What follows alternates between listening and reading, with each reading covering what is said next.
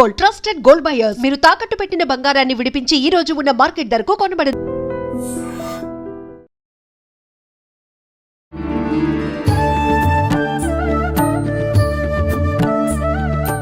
నమస్కారం, welcome to iDream.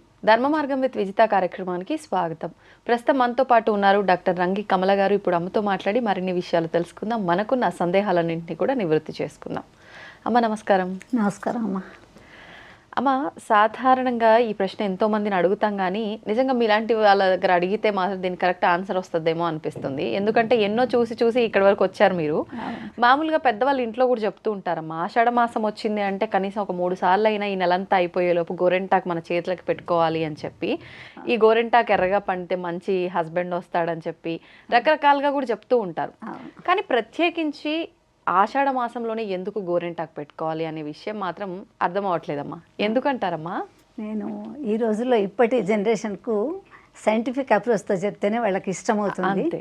అందుకని దీంట్లో చాలా ఔషధ వాల్యూస్ చాలా ఉన్నాయన్నమాట మనకు మెడికల్వి. ఏంటంటే ఇప్పుడు వర్షాలు పడగానే సంవత్సరంలో ఎప్పుడూ కనిపించినటువంటి పుబ్బలో పుట్టి మగలో చనిపోయేటువంటి పురుగులు వచ్చేస్తుంటాయి భూమిలోంచి. మనం ఆరుద్ర పురుగులు చూస్తుంటాము, తర్వాత ఉషిళ్ళు అని చూస్తుంటాం లైట్లు వచ్చినప్పుడు. తర్వాత గుర్రాలు అంటారు కొన్ని ప్రాంతాలలో, అప్పడాల గుర్రాలని కుప్పలుగా వస్తుంటాయి, మెరూన్ కలర్లో పురుగులు వస్తుంటాయి. అట్లాంటివి ఇవన్నీ మనకి ఎప్పుడు కనిపించాయి. వర్షాలు పడగానే భూమిలోంచి లోపల నుంచి బయటకు వచ్చేస్తాయి.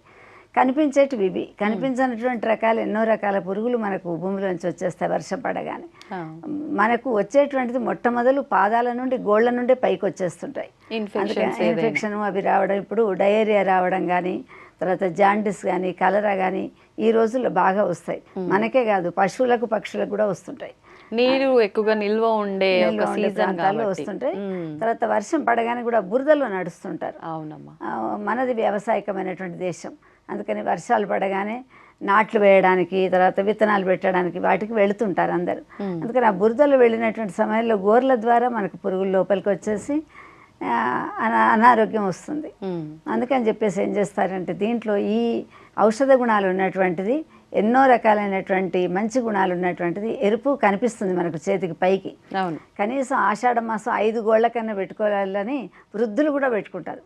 ఎందుకంటే ఆ పురుగు వచ్చేది వృద్ధుల చిన్నపిల్లలు అనేటువంటిది లేదు కదా, అందరికీ వచ్చేస్తాయి. మనుషులు అనే వాళ్ళకి అందరికీ వచ్చేస్తాయి. అందుకని మా ప్రాంతాలలో వృద్ధులు కూడా, పెద్ద మనుషులు కూడా అడిగి తీసుకుంటారన్నమాట. తర్వాత మొట్టమొదలు గోరంటాకు తీయగానే దాన్ని నూరగానే ఒక 5 ముత్తైదులకు ఇచ్చి వస్తారు మొట్టమొదలు.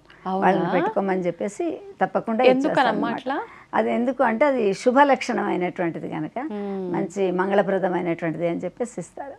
అట్లా ఇచ్చినటువంటి దాంట్లో కాళ్లకు పాదాలకు పెట్టుకుంటారు. పగుళ్లకు వేడిని తీసుకునేటువంటి గుణం దీంట్లో ఉందన్నమాట. తర్వాత చిన్న చిన్న గోటీలాగా చేసి చిన్నపిల్లలకు మింగడానికి ఇస్తారు. నూలి పురుగులు లోపల ఇంకేదన్నా ఉంటే వాటిని కూడా చంపేటువంటి గుణం, చేదు గుణం. అసలు మీరు ఆకున్నమలు చూస్తే చేదు ఉంటుంది, వేపాకులాగా ఉంటుంది.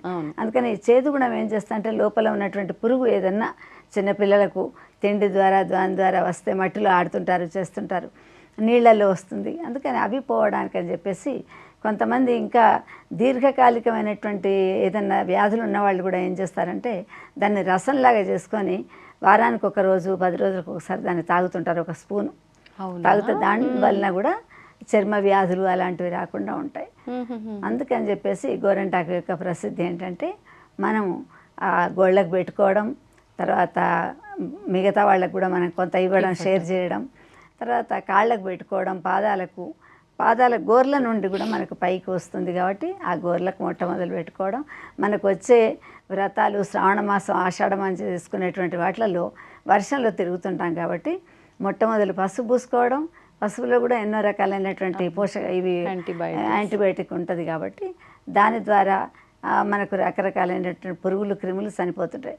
తర్వాత ఇది పెట్టుకోవడం వల్ల ఈ గోర్లకు, తర్వాత పాదాలకు పారాణిలాగా పెట్టుకుంటుంటారు కొంతమంది. చాలా పెట్టుకుంటే దాని ద్వారా పగుళ్ళు పోతాయి.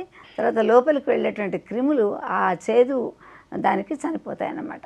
అందుకని చెప్పేసి అన్ని ప్రాంతాలలో అందానికి పెడుతున్నారు. ఇప్పుడు మనకు ఆటోమేటిక్గా వచ్చేటువంటి రసాయనకంలో వచ్చేటువంటి ఉన్నాయి, అవి పెళ్ళిళ్ళకు వాటికి. అంటే సంప్రదాయం పోతుంది అని చాలామంది అంటారు. కానీ సంప్రదాయం ఎప్పుడు కూడా పోదు. మనకి ఏదైనా ఫంక్షన్లు వచ్చినప్పుడు, ఏదైనా పండగలు వచ్చినప్పుడు తప్పకుండా అది లోపల నుండి వాటిని తీసుకొని వస్తారు. తప్పకుండా గోరంటాకు పెట్టుకుంటున్నారు ఈ రోజులలో అందరు కూడా. కాలేజీలలో పిల్లల్ని మేము కాంపిటీషన్ కూడా పెడుతుంటాం.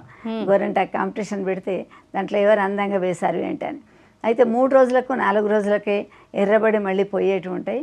కానీ ఈ గోరంటాకు మనం నూరినటువంటి గోరంటాకు ఆకు చెట్టు నుండి తీసుకున్నటువంటి దాంట్లో మంచి గుణాలు ఉంటాయి కాబట్టి, ఔషధ గుణాలు. అది దాదాపు 15-20 రోజుల వరకు బాగా ఉంటుంది. మళ్ళీ అది పోగానే మళ్ళీ నూరుకుంటారు, మళ్ళీ పెట్టుకుంటుంటారు. పిల్లలకు అదొక సరదా అన్నమాట.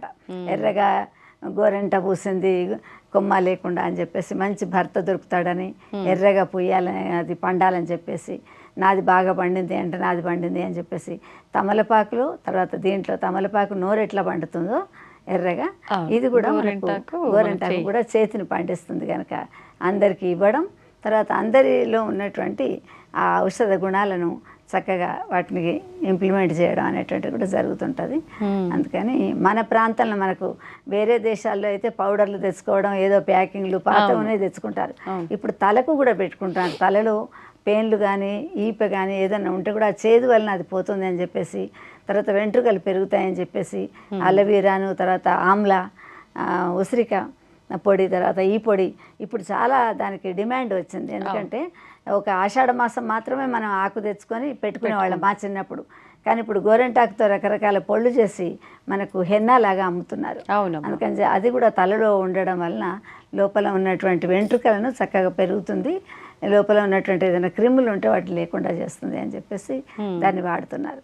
అనేకమైనటువంటి ఔషధ గుణాలు ఉన్నటువంటిది గోరెంటాకు కాబట్టి తప్పకుండా కనీసం ఒక 3-4 సార్లైనా మన నెలలో పెట్టుకోవడం అనేటువంటిది జరుగుతుంది. అయితే ఒరిజినల్గా ఉన్న ఆకుని తీసుకొని పెట్టుకుంటేనే ఈ లక్షణాలు ఉంటాయి.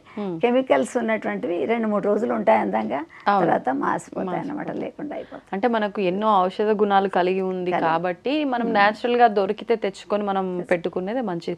అమ్మ, ఇది చేతులకు పెట్టుకోవడమే కాదు, గోరెంటాకు చెట్టు ఇంట్లో ఉంటే లక్ష్మీప్రదం అని కొంతమంది అంటారు.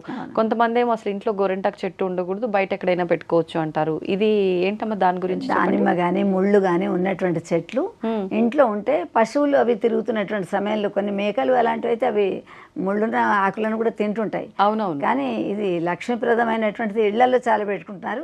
కాంపౌండ్ వాళ్ళలో బాగా పెడుతుంటారు. హాస్పిటల్స్, స్కూళ్ళ దగ్గర, అక్కడ మా ఊర్లలో చిన్నప్పుడు అక్కడ పెట్టేవాళ్ళు. గోదావరి నుండి వస్తుంటే, స్నానాలు చేసి వస్తుంటే కూడా ఆకును కొమ్మలు తెంపుకొని రావడం, ఇంటికి వచ్చిన తర్వాత ఆకు తీసుకొని దాన్ని నూరుకోవడం అట్లా జరుగుతుంటుంది. అందుకని చెప్పేసి లక్ష్మీప్రదమైనటువంటిది, దాంతో ఏం నష్టం లేదు. పిల్లలు తింటే చేస్తే అని అంటారు, ప్రత్యేకంగా తినగానే వాడికి చేదనిపిస్తుంది. అదే జిల్లేడు ఉన్నదనుకోండి, అది ముడితేనే పాలు వస్తుంది, కళ్ళల్లో పెట్టుకుంటే దానివల్ల ప్రమాదం అంటారు. కానీ దీనివల్ల ప్రమాదాలు ఏమి ఉండవు, తినేవాళ్ళు ఎవరు ఉండరు, తింటే వాడికి చేదు ఉంటుంది కాబట్టి వెంటనే ఉమ్మేస్తారు. అందుకని చెప్పేసి ఇది మంచిదన్నమాట, ఇంట్లో ఉన్నటువంటిది మంచిది. చక్కగా వివరించారమ్మా, ధన్యవాదాలు. తవ్వుతూనే శివలింగం సరే దాన్ని అట్లా కప్పేసేయండి, చూపించదండి. కృష్ణ ఇస్ దేర్, మూర్తి పూజ కాదు, సాక్షాత్ బ్రజేంద్ర నందన భగవాన్ ఉన్నారు మూర్తిలో. ఏమీ ఆశించకుండా ఆరాధించే వాళ్ళు కూడా ఉన్నారా ప్రభుజీ? నిజమైన భక్తి అంటే మనకు తెలియదు కాబట్టి